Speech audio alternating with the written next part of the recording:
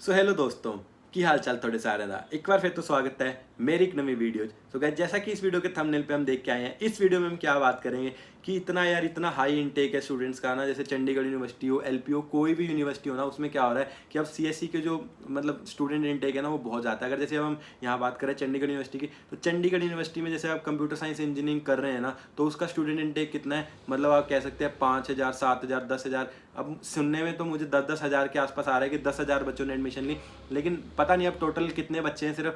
मैं सिर्फ computer science engineering की बात कर रहा हूँ। अगर आप सपोज करिए 5 या 6 हज़ार बच्चे एडमिशन ले रहे हैं एक साल में, तो आपके बैच में मतलब आपका कंपटीशन 5 से 6 हज़ार बच्चों से हो गया। अगर आप ऑफ कैंपस की बात करते हैं तो ऑफ कैंपस तो सोचो पूरे अगर इंडिया के अगर आप कंप्यूटर साइंस के बच्चे मिलाओगे तो मतलब आप सपोज कर सकते हो कम से कम लाख में तो होंगे, 1 या 2 लाख बच्चे तो होंगे ही जो वहाँ पे आपके आपके साथ compete कर रहे होंगे अगर आप ऑफ कैंपस में जाते हैं। लेकिन अगर आपने अभी चंडीगढ़ यूनिवर्सिटी में एडमिशन ले लिया है, वो इतनी महंगी फीस पे कर रहे हो, 1-1 लाख पर सेमेस्टर, वो क्यों कर रहे हो? ताकि आपका जो कंपटीशन है वो कम हो जाए। वीडियो शुरू करने से पहले अगर यार चैनल पे नए हो तो चैनल को सब्सक्राइब कर लो। ऐसी exciting videos Chandigarh university placement provide करती है या नहीं, मेरा प्लेसमेंट प्रोसेस क्या है, मेरा 1 साल का एक्सपीरियंस कैसा है, मेरे को कितने प्लेसमेंट ऑफर मिले, मैंने कैसे कैसे क्रैक किए, क्या किया, वो सब A to Z इन्फॉर्मेशन आपको इस चैनल के ऊपर मैं अपना एक्सपीरियंस शेयर करूंगा।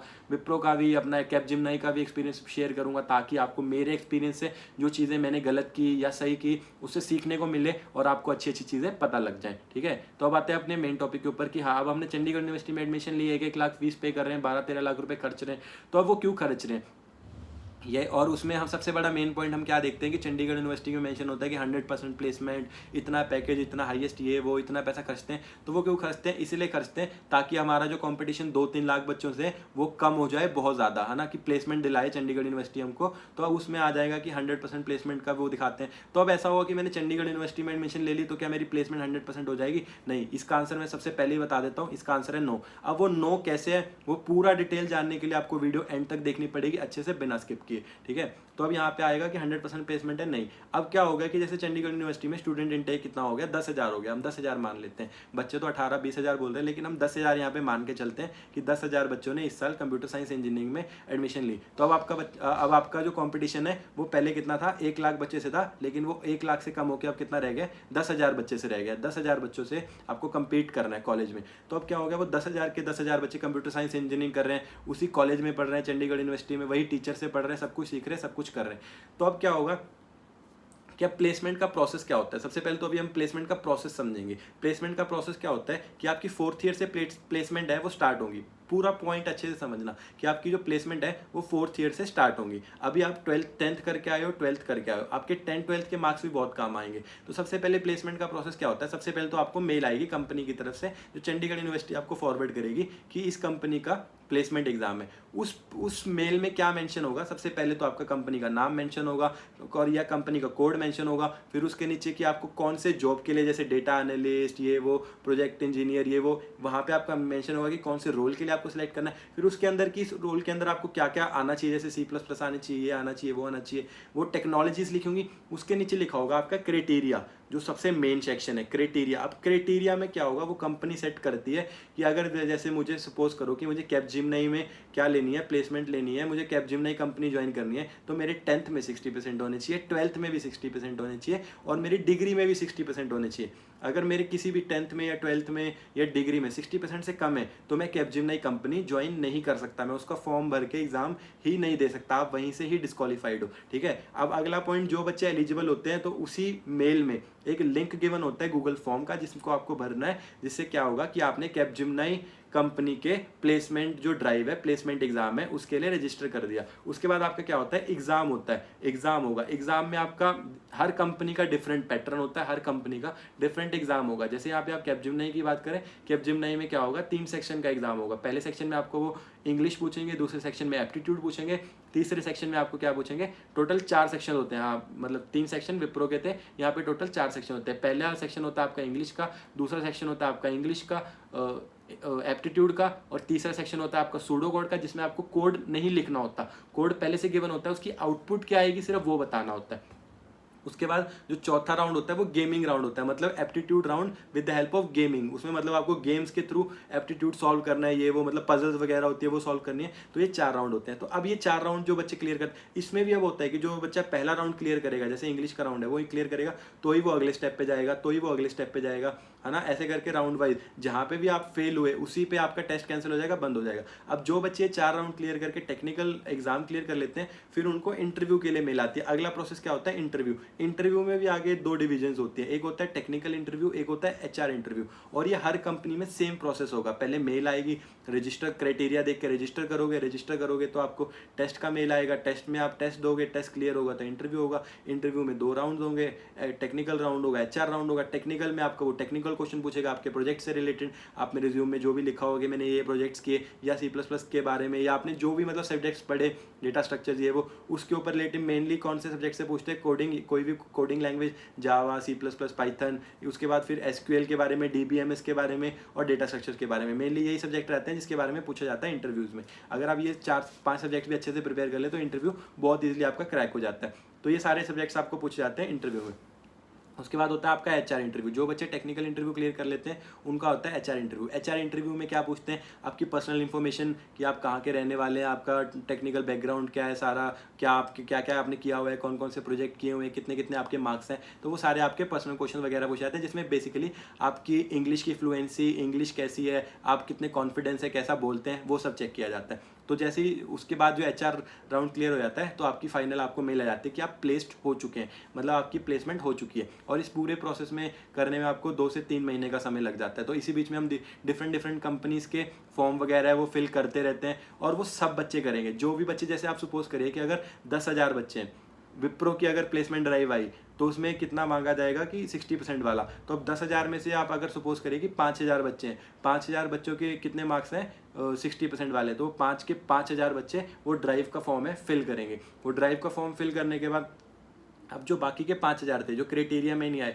वो तो बाहर ही हो गए ना सीधे ही, कि वो पूल में एग्जाम ही नहीं दे पाए। अब जिनके मार्क्स 60% थे वो 5,000 थे, 5,000 के 5,000 ने ड्राइव फिल की, उसके बाद एग्जाम दिया। अब उन 5,000 में से सपोज करिए कि अब 3,000 बच्चे ऐसे थे जिन्होंने एग्जाम क्लियर कर लिया, 2,000 बच्चे थे जो एग्जाम नहीं क्लियर कर पाए, 3,000 बच्चों ने एग्जाम क्लियर कर लिया। अब उन 3,000 बच्चों से आपका असली कॉम्पिटिशन है, जिनको आपको इंटरव्यू में मतलब वो करना है, पीछे निकालना है। क्योंकि अब जो आएगी तो तीन कोई भी कंपनी अब 3,000 के 3,000 बच्चे थोड़ी लेगी। तो उन 3,000 में से सपोज करिए कि जो विप्रो है वो 500 बच्चे सिलेक्ट करने वाली है, कि उनका हर कंपनी का एक कोटा होता है कि इस यूनिवर्सिटी में जा रहे हैं तो हमको यहाँ से इतने बच्चे सिलेक्ट करने हैं, है ना। जैसे कि 500 बच्चे, 300 बच्चे की जितना अच्छे होंगे उनकी एक लिमिट रहती है कि यहाँ से इतने बच्चे सिलेक्ट करने हैं। तो विप्रो के जो मास रिक्रूटर्स की कंपनीज होती हैं उनका लिमिट यही रहता है 300, 400, 500, 500, 600, ठीक है, हमारे टाइम पे। अब इनटेक ज़्यादा होगी, हायरिंग ज़्यादा होगी, तो वो थोड़ा सा इंक्रीज भी हो सकता है। आप सपोज करिए कि 600 या 700 कर सकते हैं, लेकिन हम यहाँ पे 500 लेके ही चल रहे हैं। तो वो 500 बच्चे सिलेक्ट हो रहे हैं, तब वो 3,000 बच्चों का इंटरव्यू होगा सबके सबका, उनमें से 500 बच्चे सिलेक्ट होंगे, समझे। तो ऐसे करके उनमें से वो 500 बच्चे सिलेक्ट हुए, तो वो 500 के 500 कहाँ प्लेस हो गए, विप्रो में प्लेस हो गए। ऐसे ही करके बहुत सारी मास रिक्रूटर आती हैं, जैसे कि आप सपोज करिए विप्रो आई, कैपजेमिनी आई, उसके बाद आपकी कॉग्निजेंट आई, एक्सेंचर आई, DXC आई, है ना, तो इन्फोसिस आई, TCS आई, 6, और ये 7 तो आपकी क्या होगी, मास रिक्रूटर्स होगी। अगर आप सपोज करिए ये 7 की 7 जो कंपनीज हैं 500 बच्चे भी सिलेक्ट करती है, तो 7-5 जॉब करके देख सकते हैं कि 3,500 बच्चे तो प्लेस्ड होने पक्के हैं। तो अब टोटल स्ट्रेंथ कितनी है, 10,000। उसके बाद भी टोटल, अब आपको ये जानना जरूरी है कि टोटल चंडीगढ़ यूनिवर्सिटी में कंपनीज कितनी आती हैं। टोटल कंपनीज आती हैं 700 से 800। मेरे टाइम पे आई थी 600 कंपनीज, ठीक है। अब जो रिकॉर्ड आप देखेंगे तो 700 से 800 कंपनीज प्लेसमेंट के लिए आ रही है, उसमें से मतलब प्लेसमेंट के लिए आ रही है। उसके बाद अगर आप देखेंगे कि फॉर्च्यून 500 में से कितनी कंपनीज आ रही हैं, तो 200 या 300 कंपनीज ऐसी होती हैं जो फॉर्च्यून 500 में से कंपनीज है। मतलब फॉर्च्यून 500 कंपनीज क्या होती है, जो ऐसी कंपनीज जो इंडिया की टॉप 500 कंपनी में आती है, तो उसमें से 200-300 कंपनी ऐसी आ रही है। तो उसके बाद फिर ये मास रिक्रूटर्स आ रही हैं, तो 3-4 हज़ार बच्चे हैं, तो वो तो सारे मास रिक्रूटर में प्लेस हो जाएंगे। जो बाकी के 1-2 हज़ार बच्चे होंगे वो क्राइटेरिया में ही नहीं होंगे, मतलब उनका कुछ गोल ही कुछ और होगा, जैसे कि वो कुछ और करना चाहते हैं या मतलब किसी और फील्ड में जाना चाहते हैं। तो वो 10,000 में से 8,000 बच्चे आप सपोज करिए, 2,000 बच्चे ऐसे पक्के होंगे जो आएंगे ही नहीं, 8,000 बच्चे रहेंगे। उनमें से भी ऐसे बच्चे बहुत होंगे जिनको प्लेसमेंट क्राइटेरिया में आएंगे ही नहीं, मतलब उनके मार्क्स 60% से कम है या ये वो है, तो उनमें से भी आप 1,000 बच्चे निकाल दो, निकल गए, तो 7,000 बच्चे बच्चे। 7,000 में से फिर बच्चे ज्वाइन करेंगे ये टीपीपी वगैरह, उसमें से फिर उन सब का एग्जाम वगैरह होंगे, मैक्सिमम बच्चे मास रिक्रूटर में प्लेस हो जाएंगे, है ना। उसके बाद फिर बच्चे कुछ थोड़े बहुत हायर पैकेज पे होंगे, जैसे 4-5 बच्चे हाईएस्ट पैकेज क्रैक कर लेंगे 30 लाख का, उसके बाद 12 लाख की कैटेगरी वाले आएंगे जो मीडियोकर होंगे वो क्रैक कर लेंगे। तो ऐसे करते करते अप्रॉक्सीमेट मतलब जो आपके एंड पे बच्चे बचेंगे तो मैक्सिमम बच्चे हैं जो वो प्लेस हो जाते हैं। तो 100% प्लेसमेंट कह सकते हैं उन बच्चों की होती है जो बच्चे क्राइटेरिया में आते हैं। अगर आप टोटल 10,000 बच्चों की बात कर रहे हैं कि वो प्लेस होंगे, तो ऐसा बिल्कुल नहीं है। 100% प्लेसमेंट उन बच्चों की होती है जिनका एकेडमिक रिकॉर्ड बहुत अच्छा है, वो क्राइटेरिया में अच्छे हैं, उनके पास स्किल्स हैं, उन्होंने अच्छे से प्रिपेयर किया। तो अभी सारे प्रोसेस के लिए तो वो आपको प्रिपेयर कैसे करते हैं, उसके लिए टीपीपी प्रोग्राम ऑलरेडी डिजाइंड है जो आपके 3rd ईयर में स्टार्ट हो जाता है। उसमें आपको जो बच्चे इंग्लिश में वीक हैं उसको इंग्लिश सिखाई जाती है, इंटरव्यू प्रोसेस से सारा सिखाया जाता है कि इंटरव्यू कैसे देना है, कैसे बोलना है, पब्लिक स्पीकिंग कैसे करनी है, एप्टीट्यूड पूरा सिखाया जाता है। कोडिंग वगैरह तो आप खुद से प्रैक्टिस कर रहे होते हो और आपके सिलेबस में भी होती है। तो ये सारा प्रोसेस आपका चलता है, मतलब कि आपके ये 2nd ईयर से स्टार्ट हो जाता है। 2nd ईयर से कोडिंग वगैरह ये सारे सब्जेक्ट्स चलते हैं। 3rd ईयर से आपका टीपीपी स्टार्ट हो जाता है जिसमें आपको इंग्लिश और एप्टीट्यूड सिखाया जाता है ना। तो ये सारा करते करते ऐसे आपका पूरा प्लेसमेंट प्रोसेस चलता है और एंड तक जो बच्चे एलिजिबल होते हैं 100% उनकी 100% प्लेसमेंट हो जाती है। जैसे मैं एक एवरेज स्टूडेंट था, मेरा एकेडमिक रिकॉर्ड भी अच्छा था, सिर्फ 12th का खराब था, लेकिन मैं फिर भी मोर देन 60 वाली स्लैब में था, तो मेरा एकेडमिक रिकॉर्ड भी अच्छा था, मेरे को प्लेसमेंट में एलिजिबिलिटी भी थी। मैंने उसके बाद सारी कंपनीज के जो मतलब मैंने ज़्यादा नहीं भरे, मैंने सिर्फ 5 या 6 ही भरे थे, तो उन भरे उसमें से एग्ज़ाम दिए, उसमें से मैंने टेस्ट भी क्लियर किया, मैंने इंटरव्यू भी क्लियर किया, तो मेरी प्लेसमेंट हो गई। ऐसे ही करके जितने भी बच्चे ये सब करने में सक्सेसफुल हो जाते हैं वो प्लेस्ड हो जाते हैं। चंडीगढ़ यूनिवर्सिटी प्लेसमेंट भी दिला रही है, 100% प्लेसमेंट भी दिला रही है, कंपनीज भी बहुत ला रही है ना, अच्छी कंपनीज भी बहुत ला रही हैं। अच्छी कंपनी जैसे भी मैं आपको नाम भी गिनवा देता हूँ जो अच्छी कंपनीज आप कहना चाहेंगे। सबसे पहले तो मैं अमेजोन का नाम ले लूँगा। अमेजोन आती है, माइक्रोसॉफ्ट आती है, गूगल आती है, उसके बाद ये आपकी मास रिक्रूटर में Wipro, Capgemini, Cognizant, Accenture, Mindtree, DXC, Adobe, है ना, ये सारी। उसके बाद और कौन सी, चार्टर्ड ग्लोबल, अटलांटियन, ये और कौन सी है, ये जो लास्ट वाली 3 बोल रहा हूँ, अटलांटियन, चार्टर ग्लोबल और ये आर्केजियम, ये ऐसी कंपनी है जो हाईएस्ट पैकेज प्रोवाइड कर रही है। जैसे इसने अटलांटियन ने 52 लाख का पैकेज ऑफर किया था, चार्टर ग्लोबल ने भी 52 लाख का पैकेज ऑफर किया था, आर्केजियम ने कितने का 36 लाख का पैकेज ऑफर किया था, जो मेरे बैच का हाईएस्ट पैकेज था 2021 का, और उसमें मेरे क्लासमेट भी सिलेक्ट हुआ था। तो अब बात आती है कि एक क्लास में, जैसे मेरी क्लास में 70 बच्चे थे, तो 70 में से कितने बच्चे प्लेस हो गए, तो 70 में से 60 बच्चे ऑलमोस्ट प्लेस है। जो 10 बच्चे बचे हैं उनमें से 1-2 बच्चे ऐसे थे कि जिन्होंने टीपी प्रोग्राम ही नहीं लिया था या उनका गोल ही कुछ और था। बाकी के जो थोड़े बहुत बच्चे हैं उनमें से जो अनप्लेस्ड हैं वो ऐसे हैं कि जो एग्ज़ाम या इंटरव्यू क्लियर नहीं कर पा रहे, मतलब वो इंग्लिश अच्छी नहीं कर पाए अपनी टीपीपी क्लास मिस करके,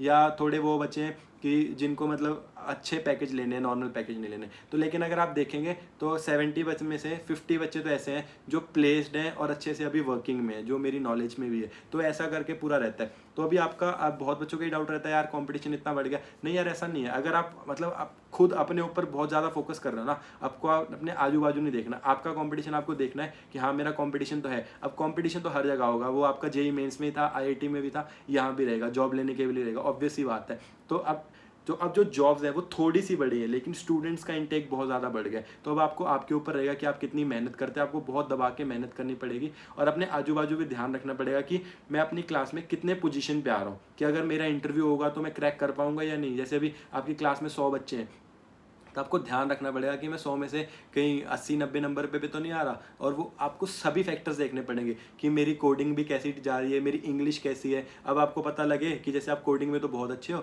लेकिन एक बच्चा है जो मीडियम लेवल का है, उसकी इंग्लिश आपसे बहुत अच्छी है, तो आप बाद में ना वो इंटरव्यू क्रैक कर लेगा, आप इंटरव्यू से बाहर हो जाओगे। ऐसा बहुत बार होता है कि कई बच्चे होते हैं, मतलब वैसे तो बहुत इंट्रोवर्ट होते हैं, पढ़ने में बहुत तेज होते हैं, उनको बोलना आता नहीं है, और वो इंटरव्यू के टाइम टेस्ट तो क्लियर कर लेते हैं, दूसरा बच्चा भी कैसे ना कैसे टेस्ट क्लियर कर लेता है, लेकिन जब इंटरव्यू की बारी आती है तो ये जो मोर एलिजिबल बच्चा होता है, मतलब जिसको नॉलेज ज़्यादा होती है, वो नेग्लेक्ट हो जाता है। क्यों? क्योंकि उसकी कम्युनिकेशन स्किल्स अच्छी नहीं थी, उसने उसके ऊपर वर्क ही नहीं किया। तो आपको सभी फैक्टर्स में अच्छे से वर्क करना पड़ेगा, अपनी कोडिंग के ऊपर भी, एप्टीट्यूड के ऊपर भी, इंग्लिश के ऊपर भी, सारे फैक्टर्स पे अच्छे से वर्क करना।